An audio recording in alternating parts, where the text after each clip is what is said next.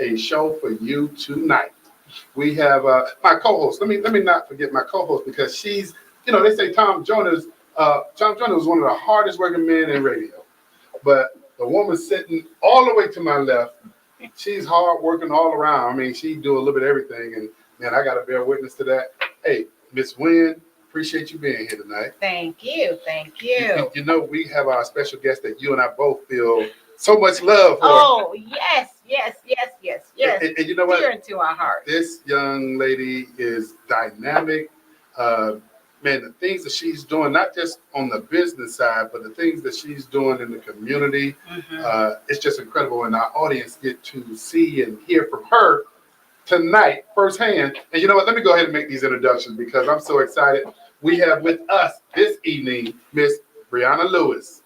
And welcome to the sit down. Thank you. I'm so happy to be here finally. So you're here, and you know what? We're not gonna work you like we normally ask for your services, because Mr. Brown, you're the clinical director, and I don't know if you see that, but our executive producer say this is a special guest to the extent that inspired living counseling and what's that behind that? Consulting. Yes. Consulting. Hey, that's the part I like.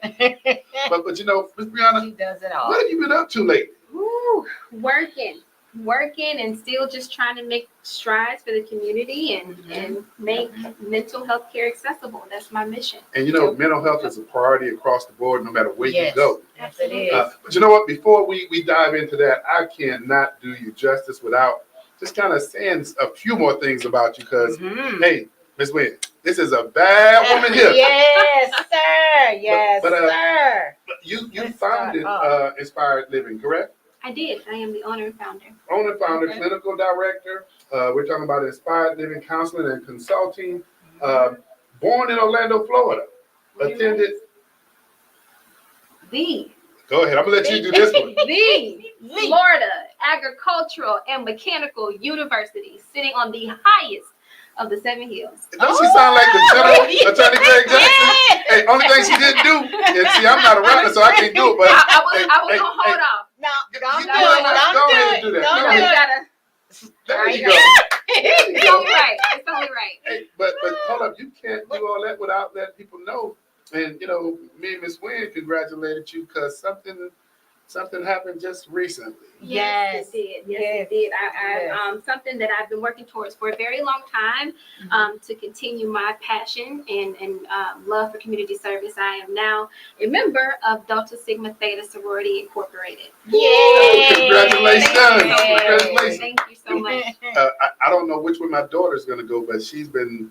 Delta's the only way. She's been really pursued. Delta's all the way? Delta's the only way. All right, hey, Brianna, you see, you may need to call Miss Lewis. Give me a call. Yes. But put them two in touch. Put them two in touch, right. So you got your bachelor's from Florida A&M, and then University of Central Florida, you received your master's. My master's, yes. Mr. Love, isn't that your wife, alma mater? My wife, alma mater, and guess who else is going there? Miss Rihanna. It's a good choice. She has a year Not left. fam, Oh, yeah, not family. Okay, that's those nights. Okay. But my oldest is going to UCF. She's in the last year on the path to get become a registered nurse. Oh, that's so awesome. Yeah, I just want them to be able to provide for themselves. Absolutely. She can do so much with that. Hey, and wait a minute now. Currently a doctoral candidate at Walden University. Yes. Yes, I am. Wow. And pursuing your PhD in behavioral health leadership. Yes. Girl, what is it that you're not doing? I'm tired. What is I'm tired. Hey, Miss Wynn. I mean, is she running for president too? Yes, she is. Yes, yes. I might have to call Barack on that one. But no, see, I want folks to get the full effect. Yes. Because you're also a licensed mental health therapist specializing in trauma, and we're going to talk about that a little bit. You're also trained in EMDR. What is that? So it is a specialty modality that focuses on rapid eye movement, which helps to reprocess traumatic events. So it's a very specialized modality. I mean, it can be used to treat several different diagnoses, but primarily trauma. See, when I tell okay. you this is a dynamic, and I mean, when I say superstar, Mhm. I mean, you are. I don't care. You can be Oh. modest all you want. I'm gonna go ahead and Yes. put it out there. Yes. Hey, if your organization, whether it's government, whether it's civic organization, private sector business, you don't turn anybody away, do you? No. Hey, look, y'all just make sure y'all can, pay for your services now. I gotta Yes. plug that in there. Yes. But we do yes. offer pro bono services. Oh, Oh. We man. do. We do. We do. Hey, you better watch it because people who watch our show, they be. You know, you have to meet the financial criteria? criteria, absolutely. Okay. But again, that is a part of our mission to making it accessible. We don't want And it is financial needed. limitations to Mhm. be a reason why you can't seek help or get the help that you need. And that comes down to yes, the last thing yes, that I yes. was going to make those introductions on, and the fact that you own a private practice where your goal is to make mental health treatment accessible Absolutely. to everybody. So, Yes. Ms. Lewis, just man, Thank you. I for the love warm that you're welcome. here. I'm happy to be here. Yeah. I'm so happy to be here and have these necessary conversations and hopefully shed some light on some things and educate the community. I'm happy to be here. Well, one of the things, and I, got to put this out there as well. I know that, you're professionally trained. I know that there's other individuals that are professionally trained, but does it make a difference? And I learned this from my good friend and our executive producer, Dr. Light. Does culture play a role in the administration of mental health services? If you have these kids that are coming from across the board in various communities, and I would say the same thing for a white kid or an Asian kid or a Hispanic kid, does culture play a role in providing service? Absolutely. Well, first of all, I think culture, the biggest part of that is culturally, even speaking from our culture, at one point we couldn't even speak about therapy and mental health and all that. Yes. So you have to work through the cultural barriers is even acknowledging depression. Growing up, we would hear, you go pray it off or go take a nap, you'll be all right. Yeah. So kind of, being very dismissive of what someone could actually be going through. Mhm. But, we have to work to educate and to make it okay to seek mental health care. And just like you're having heart issues, you go see a cardiologist. You're Correct. having something wrong with your foot, you go see a podiatrist. And if you are having struggles with your mental health, you see a therapist. So culturally, those things just aren't, I'm not going to say aren't, they haven't been as accepted in the past, but I think that we are working towards it being more of a thing, if you will. Yeah. And then, culturally, whether it's the Caribbean or African American culture, we're just very secretive and private people. So talking about your business, if you will, to a stranger just is taboo.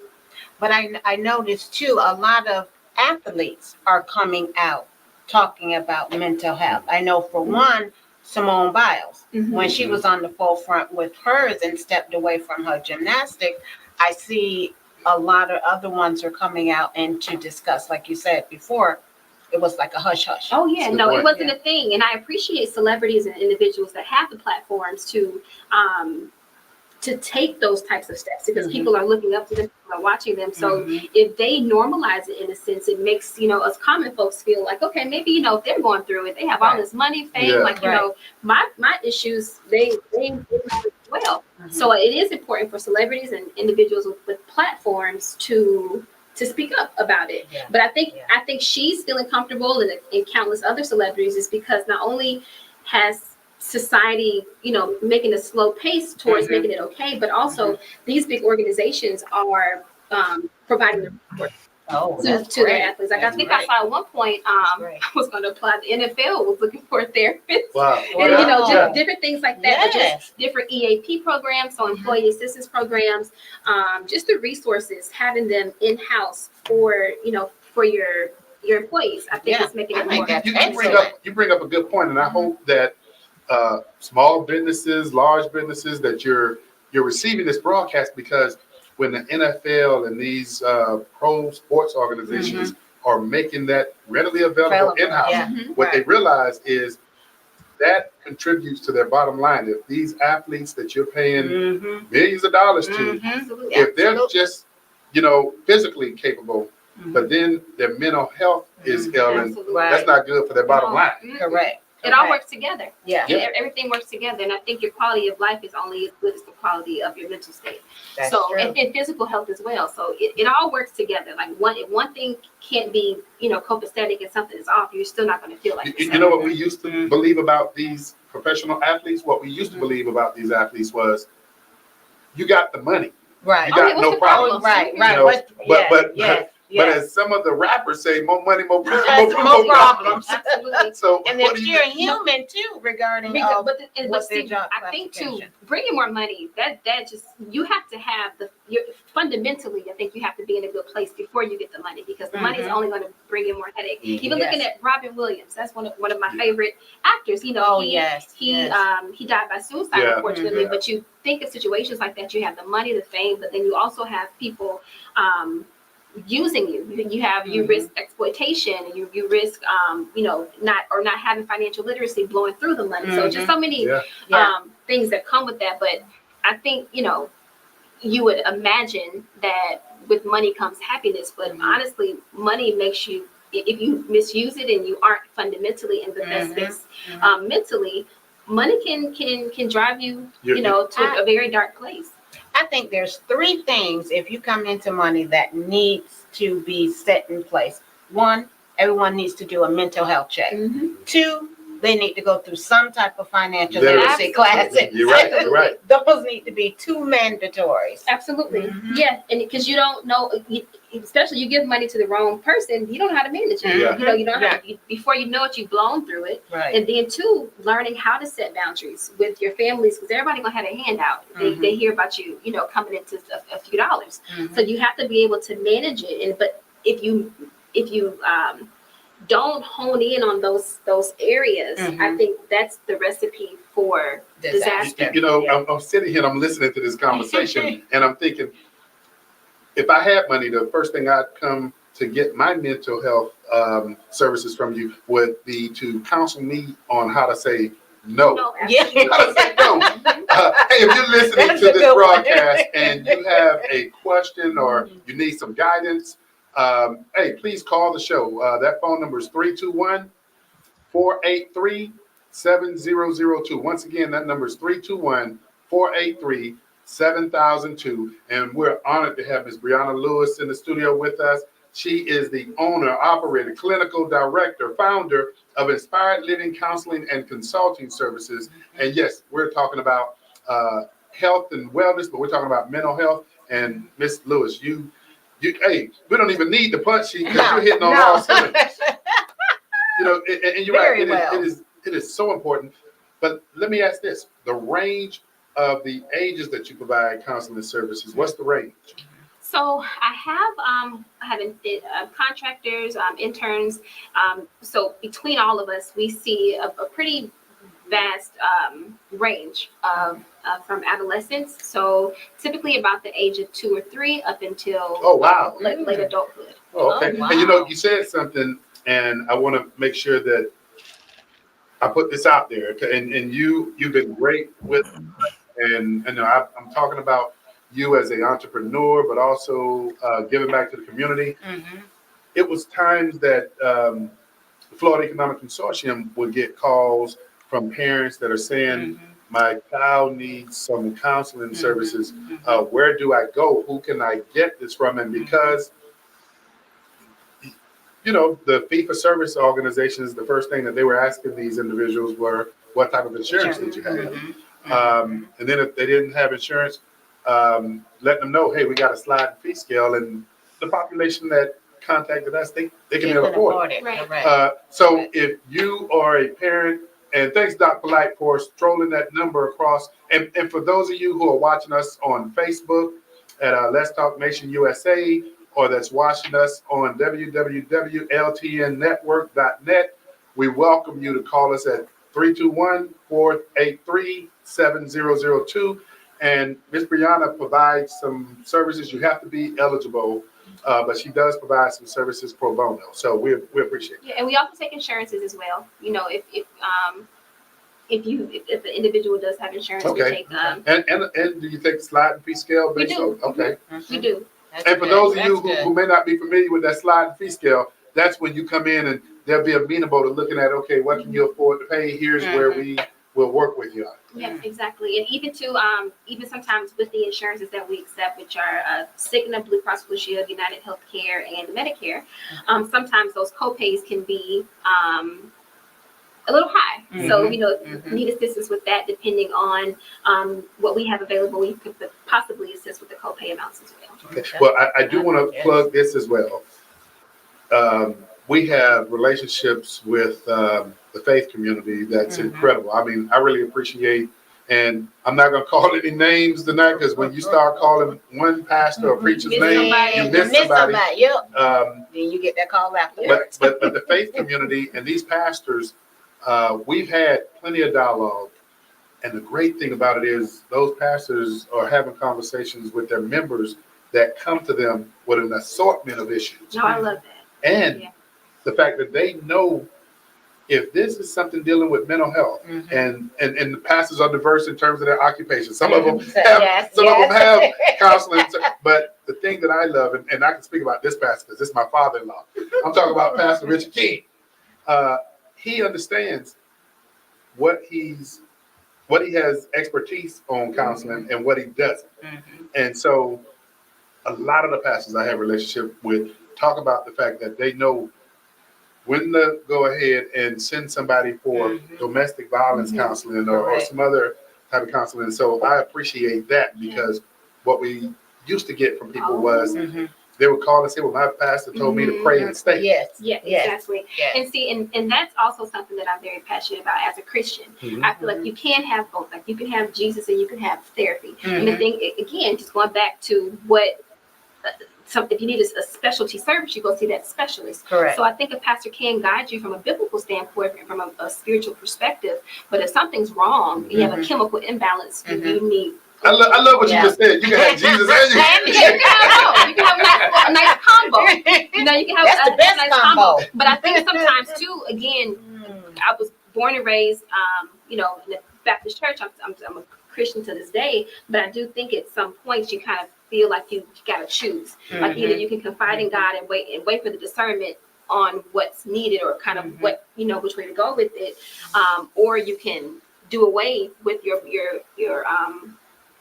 spiritual beliefs and say solely rely on the therapist. But you can have both, and there are therapists that are certified in Christian Christian counseling, so they incorporate. I don't quite do that, but there are therapists that do that as well. If that makes you feel more comfortable, you can explore that. But they incorporate biblical principles and kind of merge that with the clinical modalities that we've been taught. So, well, I know a therapist that provides counseling services based on biblical, and we're lucky to have that therapist be our executive director or executive producer for our show. And I'm talking about Dr. Polite.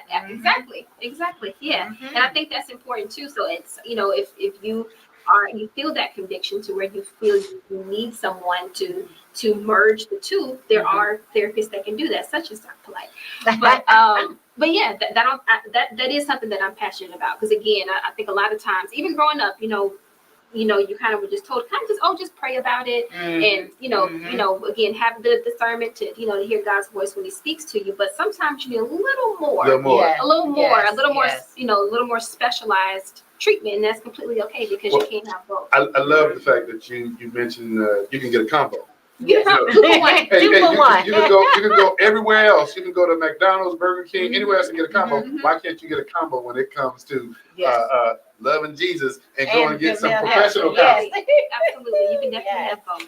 And I'd be remiss if I didn't mention Doc Polite has a unique situation, because he and his wife provide the biblical counseling aspect. So that's awesome. Yeah, we're fortunate. But you know what? Let me ask you. I'm gonna go through my punch list a little bit. What are some of the common signs of mental health issues in children and teenagers that you see? So, a lot of my colleagues sometimes shy away from working with children, because it's hard sometimes to differentiate between just childhood development and children acting within their within their developmental scope versus an actual cry for help or a behavioral issue. Right. So I think you have to really pay attention to the child's baseline and catch it when things start to deviate.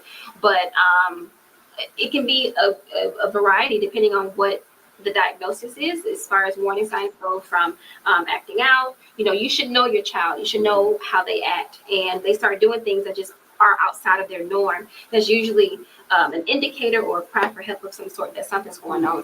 So acting out, failing in school. If they're typically a straight A student, now they're failing or their grades are dropping. Starting to isolate themselves. That's a big one, especially in teens. You see a lot of isolation sometimes equates to depression. Paying attention to their arms and their wrists. Are they cutting? Cutting is a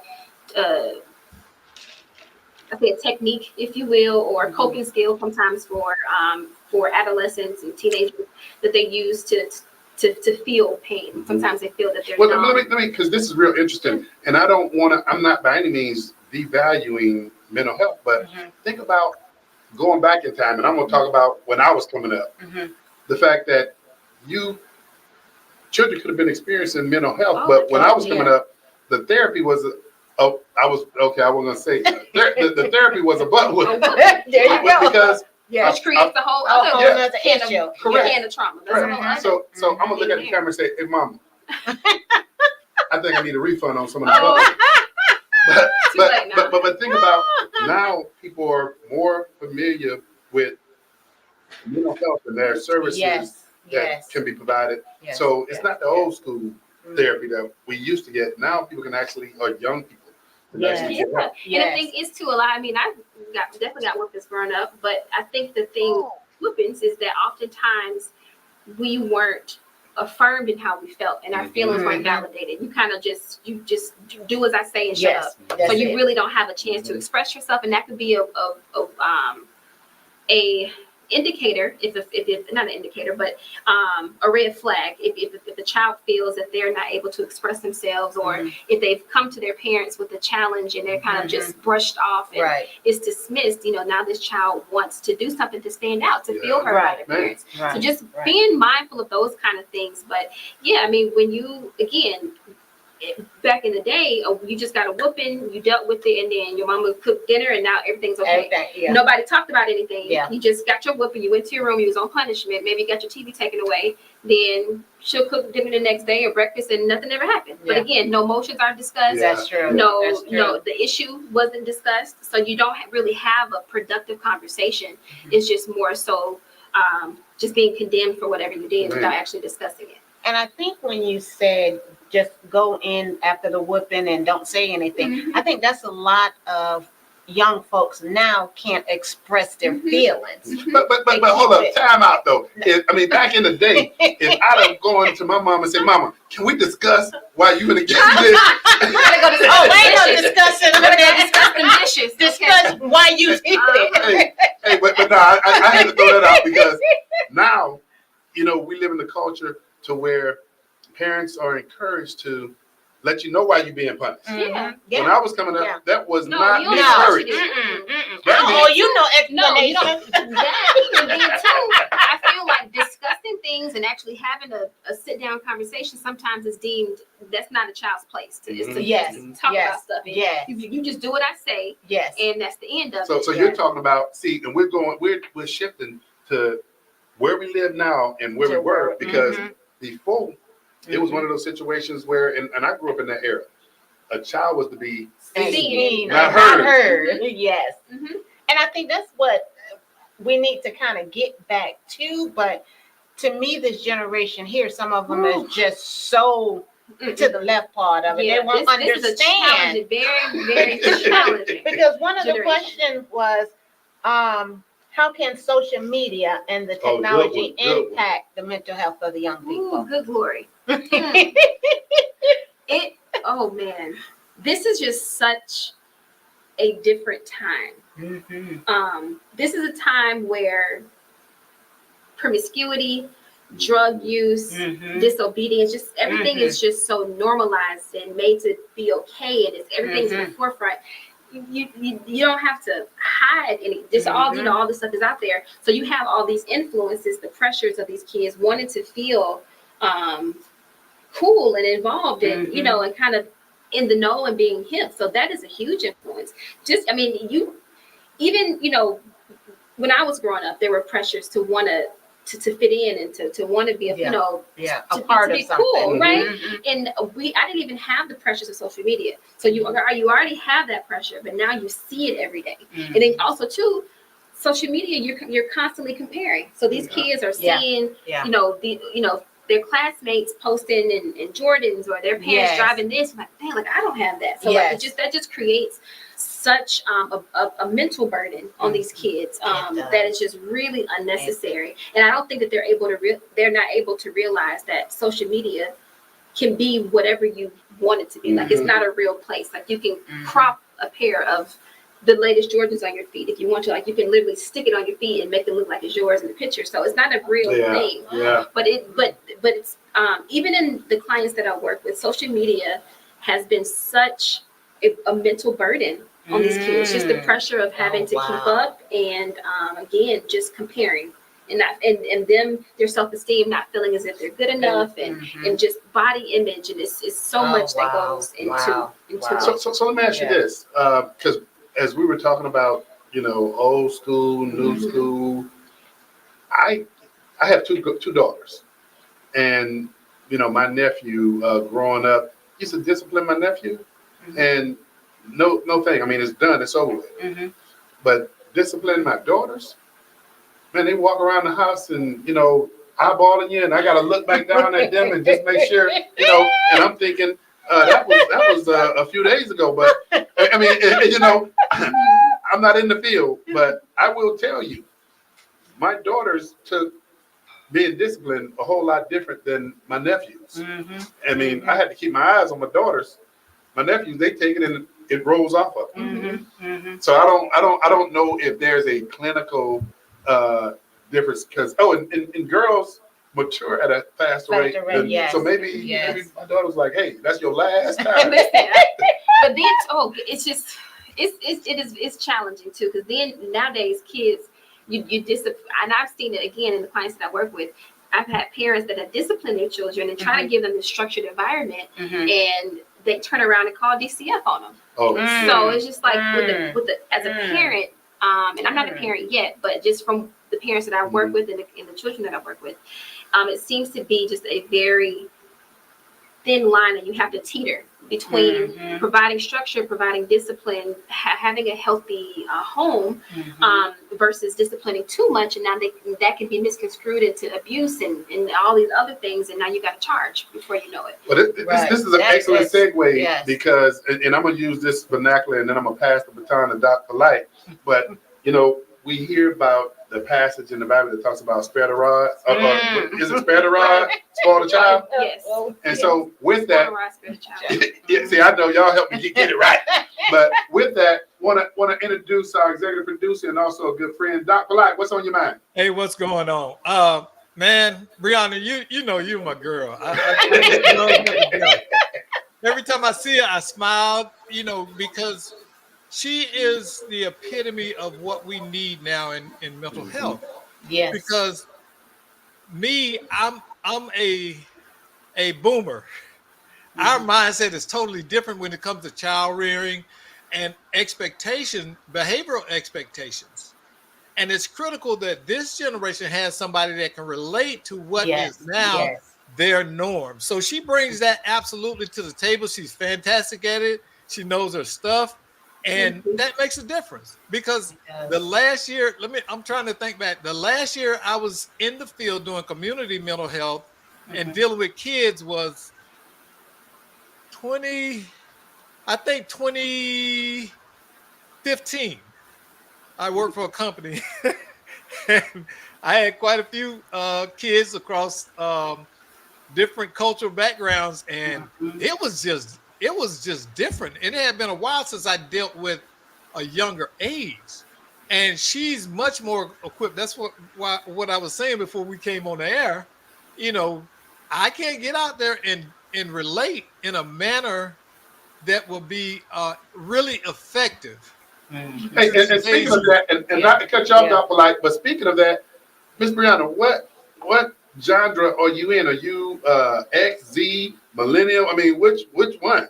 I Gen- want to Gen Z. say I'm a millennial. Millennial? I think I'm a millennial. No, Because I think that goes to your point, Doc. you're not in your 40s. Is that the category of is millennial? I need a breakdown. Yeah, Doc knows it. He millennials is are already. in their 40s. Okay, well, no, I'm not a My millennial. kids are, well, my oldest is a millennial. So 35, under 30 is what? I mean, under 40 is what, Doc? Gen X. So you're a Gen Okay, X. Gen X Oh. then. Yeah, Gen I X. am a millennial. So, Hey, so you I got, identify as a millennial. and that's that old spirit. That's that old Let's spirit. make it I easier. identify. Hey, that's that old spirit. But you got millennials, you got X, you got Z, right? Doc? I see it. Mhm. yeah. Look. I got to go home and ask my I did- kids where do they fall in all this. Now you got Gen Alpha. Okay, Gen see, that's too Alpha. much. Yeah, Oh, that Yeah. is. So you know, and it's just think about this. I never had to deal with gender identity issues ever in a Mhm. counseling setting. I've never dealt with that. Mm. It's a lot of that. That is. I could not, Identify, yes. and not even gender dysmorphia.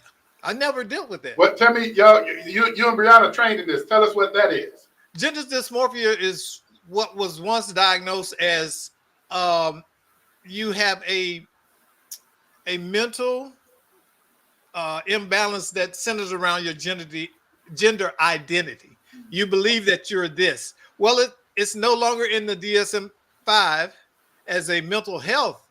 Remember, homosexuality and gender dysmorphia were once diagnosable um, personality disorders. Hey, Doc. Mm. Doc, I got to interrupt you once again because, hey, man, on the Sit Down and Let's Talk Nation, we have relationships with some folk that are very outspoken. And I see we have a good friend of the show who just chimed in on my phone, but he ain't shy about talking. And that's none other than Don Miller with the Florida Man Radio and the Don Miller Show. Don, we appreciate you, man. And Don sent some love to you. He sent this, who is that? Listen. Hey, hey, Don sent a Great image of those rattlers, of those fan you rattlers.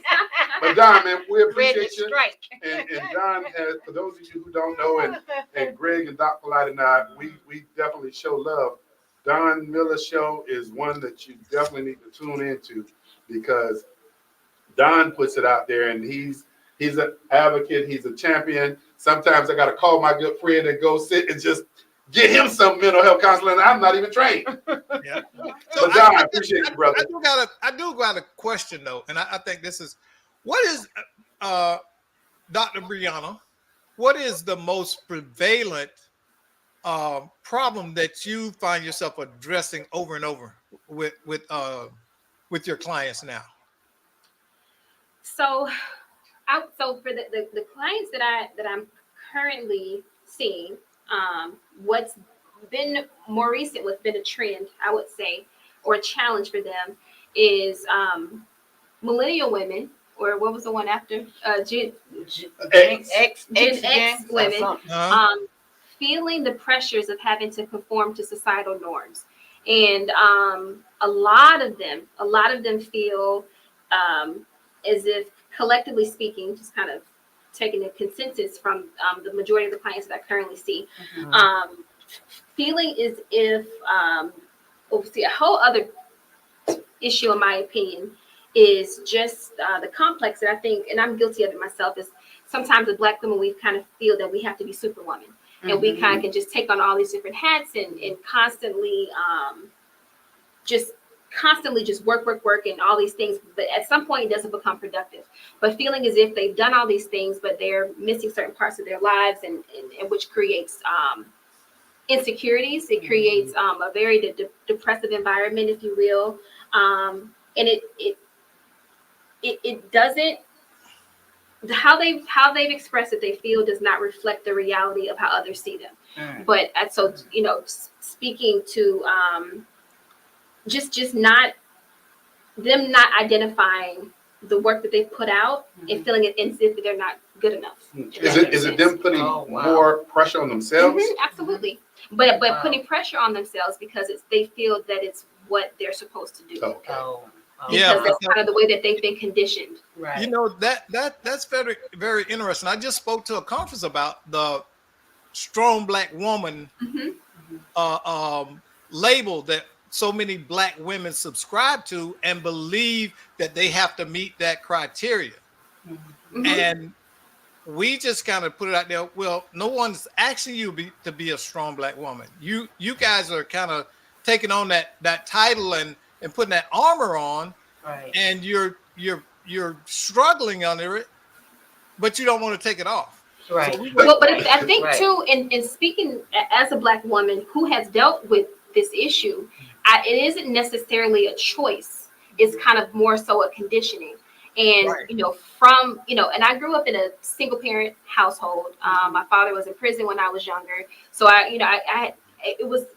kind of assumed these things like, okay, I need to do this, and this. Right.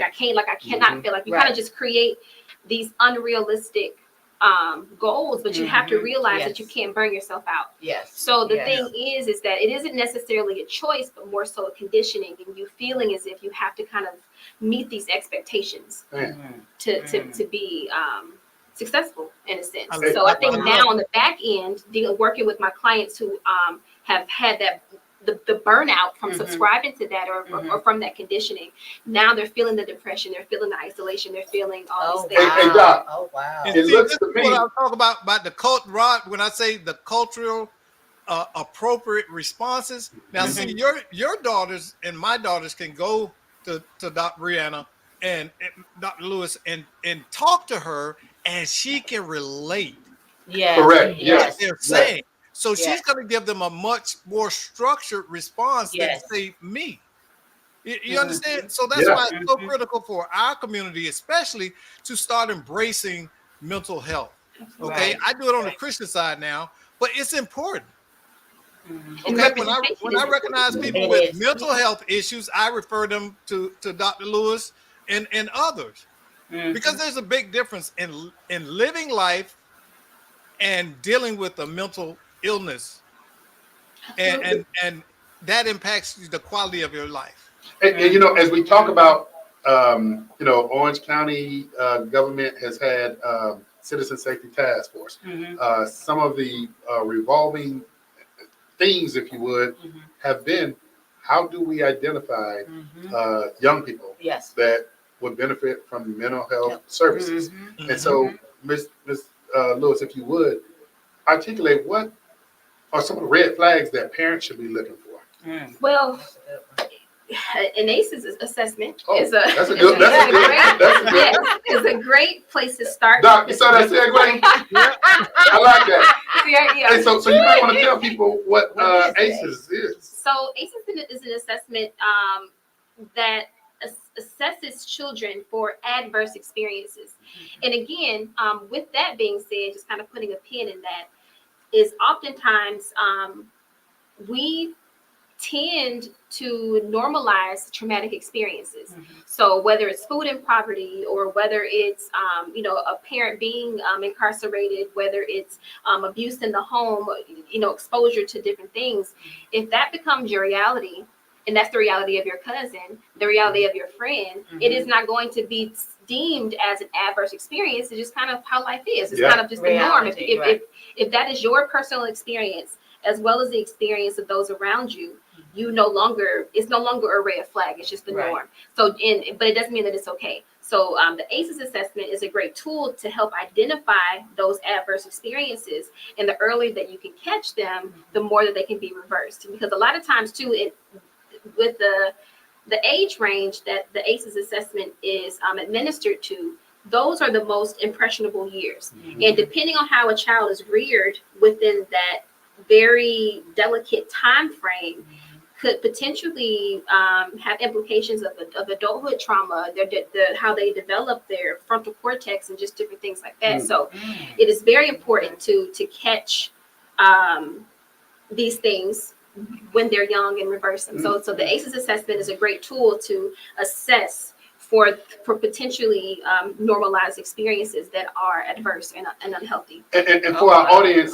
that's listening and you're hearing about this ACE assessment, this ACE assessment was one of the single largest United States studies that took place, or research studies that took place, and it was done by the Kaiser Permanente and the CDC. And so an ACE is a 10-question assessment, and then you basically score out where do you score in the process.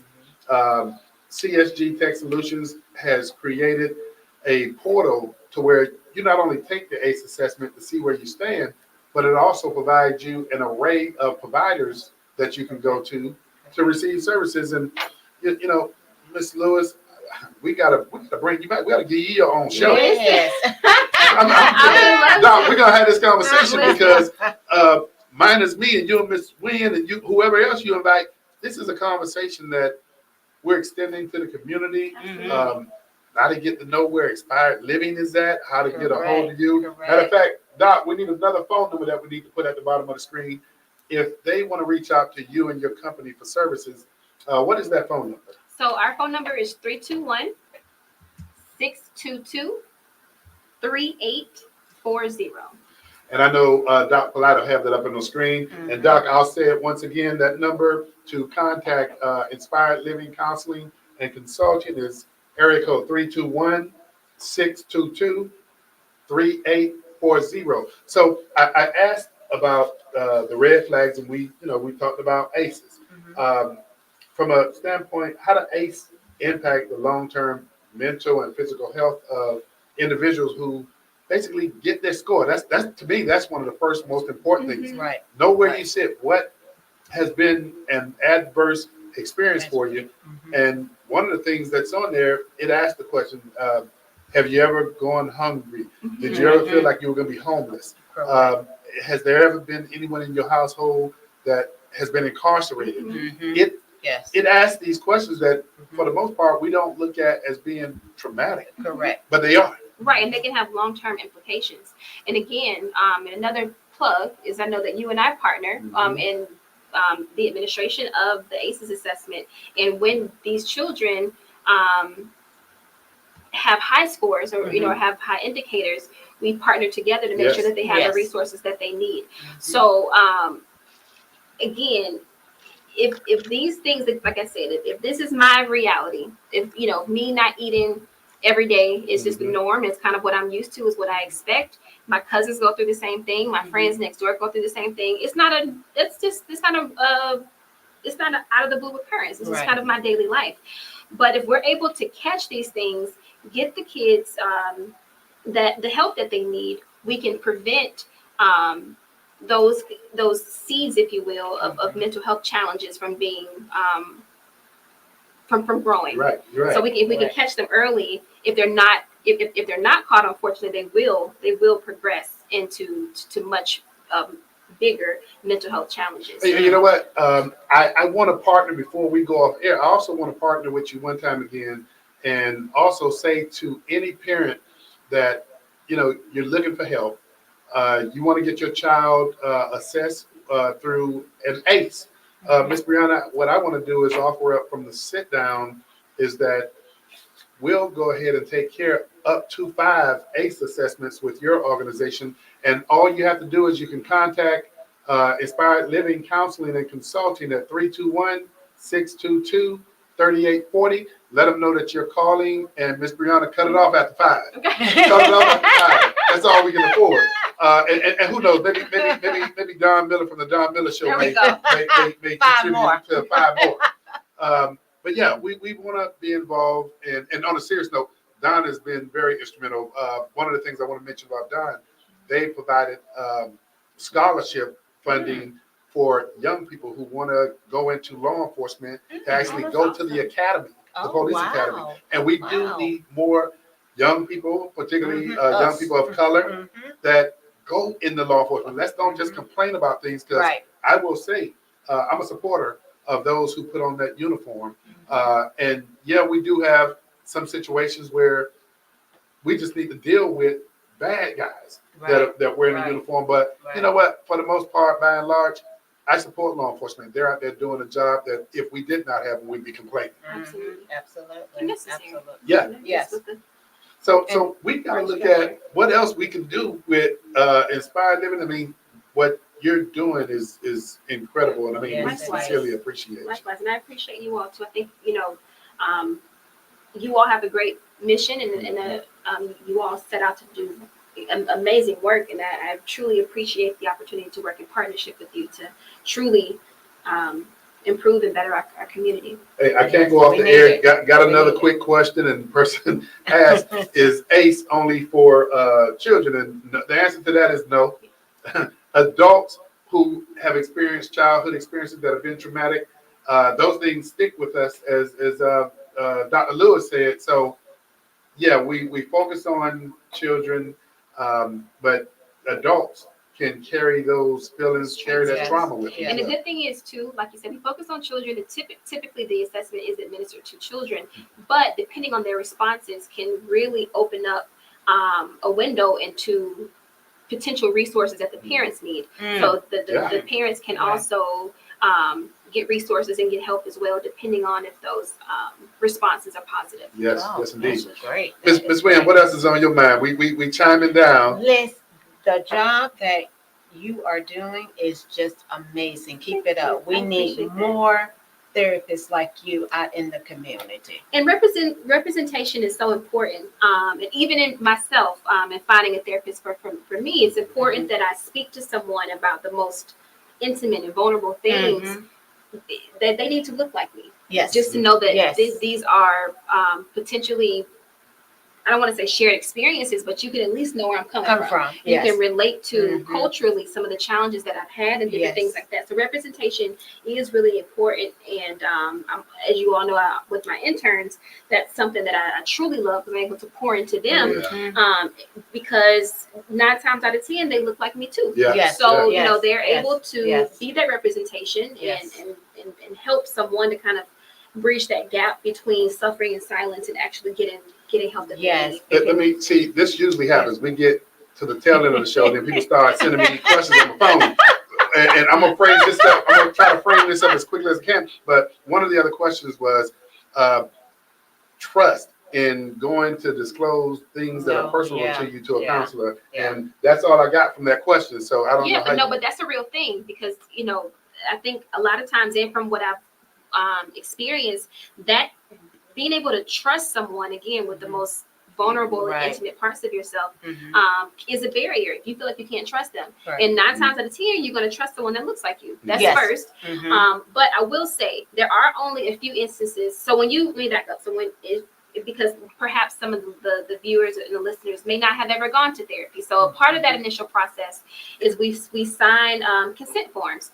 And in those consent forms and privacy notices and all that good stuff, basically you're saying that anything that we discuss is solely strictly between you and I. Mhm. There are a few instances where I will have to break that confidentiality because I'm a licensed clinician and I'm mandated to report certain things. Mhm. But those instances would be if a child is being abused or neglected, I have to report that. Mhm. If you plan to hurt yourself or someone else, I have to report that.